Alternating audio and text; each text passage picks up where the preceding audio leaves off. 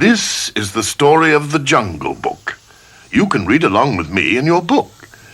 You will know it is time to turn the page when you hear the jungle bird call like this. Let's begin now. It was many years ago when I, Bagheera, the panther, found a little lost man cub. He was alone and unprotected in the jungle of India. So I took the small boy to a nearby family of wolves I knew. As I had hoped, the mother wolf felt sorry for the man cub, and she said to me, "Bagheera, leave him with us, and we will raise him." That is how little Mowgli, the man cub, came to be brought up by jungle animals. He was a favorite with all the wolf cubs of the pack. They treated him just like a brother wolf. Mowgli even made friends with the elephants and often marched in their elephant patrol. He loved living in the jungle. Although Mowgli did not know it, I would often watch him from a distance to make sure he was safe. You see, the jungle also holds many dangers. There was the crafty Kaa who smacked his forked tongue at the sight of the delicious man cub. Oh, I shudder to think how that tricky snake almost hypnotized Mowgli right into his greedy coils. Luckily, Mowgli called for help, and I arrived in time to save him. But Mowgli's real enemy was the fierce tiger, Shere Khan. Shere Khan hated all men and had sworn to kill the man cub. The tiger did not want to take a chance that the boy would grow up and become another hunter with a gun.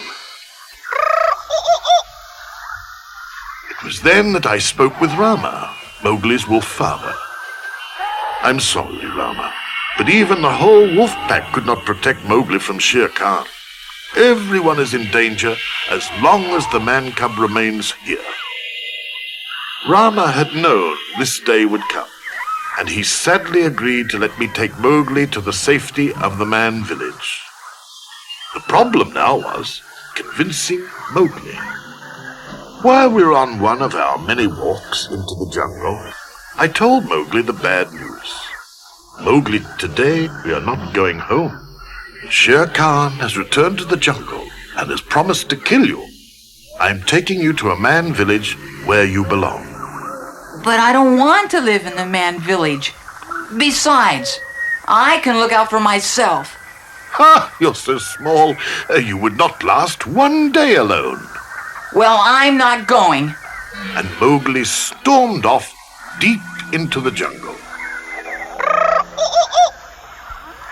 I knew the man cub would have to learn about the ways of the jungle for himself, so I let him go.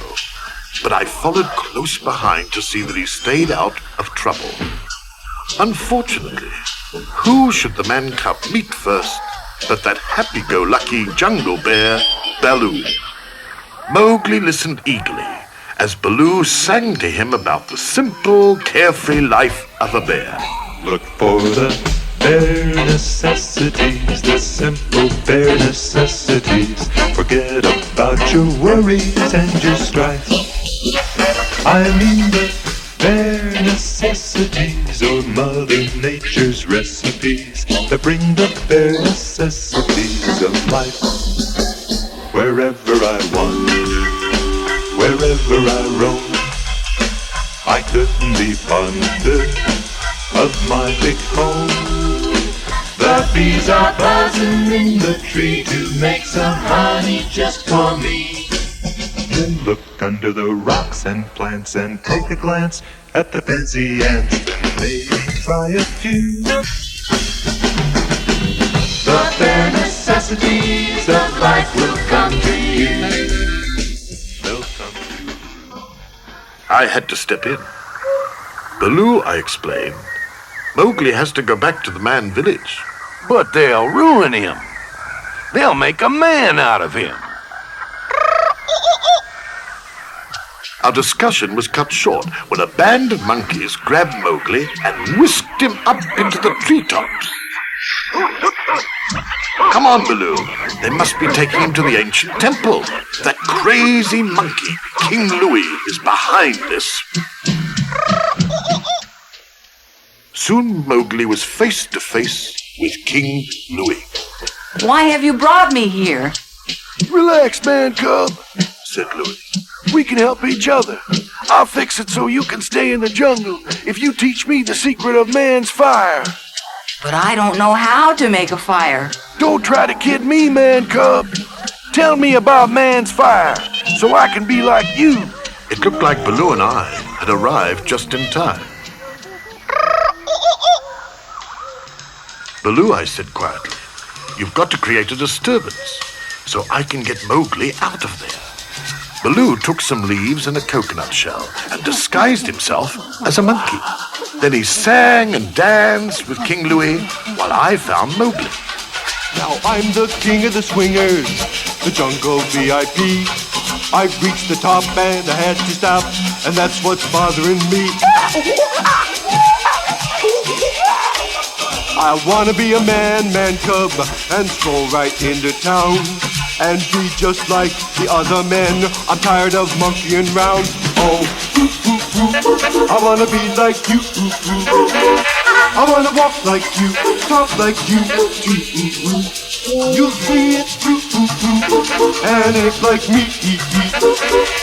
And learn to be you, man. But the disguise didn't fool Louie for long. It's Baloo. Get that bear. The wild chase that followed, Baloo bumped into a shaky old stone pillar, and the ancient temple walls came crashing down around the monkeys.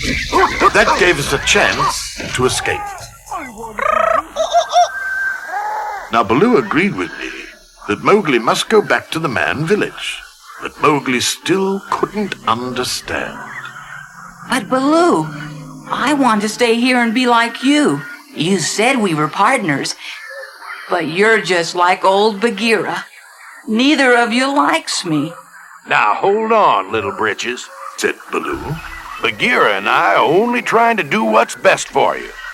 You're a human, and you belong with other humans. Mowgli shook his head, turned and sadly walked away. This was just the opportunity Shere Khan had been waiting for. The tiger, who must have been following us for some time, saw the man cub alone and leaped out at Mowgli. But the mighty Shere Khan fell with a thud a few inches away from the boy. Baloo had grabbed Shere Khan's tail at the last moment. Run, Mowgli! Shouted Baloo. Shere Khan roared fiercely and lashed about, trying to get at Baloo. As long as the bear hung on tightly to Shere Khan's tail, he was safe from the tiger's razor-sharp teeth. Then Shere Khan cracked his big tail like a mighty whip and whirled Baloo to the ground. Suddenly, a storm came up. A lightning bolt flashed to earth and set a nearby tree afire. Mowgli saw a way to save them. One thing Shere Khan feared was fire. Mowgli took a burning branch in his hand and ran toward the tiger. The fire frightened Shere Khan so much that he ran off like a scared kitten. Baloo sighed in relief. Nice work, Mowgli. We'll never see him around these parts again. Mowgli was still convinced that he would never leave the jungle for any reason. But just then, he saw something he had never seen before. It was a girl. She was getting water at a pool just outside the man village. Mowgli was enchanted. He had never seen another human before. I want to get a closer look. Mowgli crept closer to the girl until she could see him too. She dropped her water jug, and Mowgli stepped in to help her carry it back to her village. I was pleased with the way things had turned out. It had to happen, Baloo. Mowgli is where he belongs now. Yeah, I guess you're right. Well, come on, Baggy Buddy. Let's get back to where we belong. And home we went.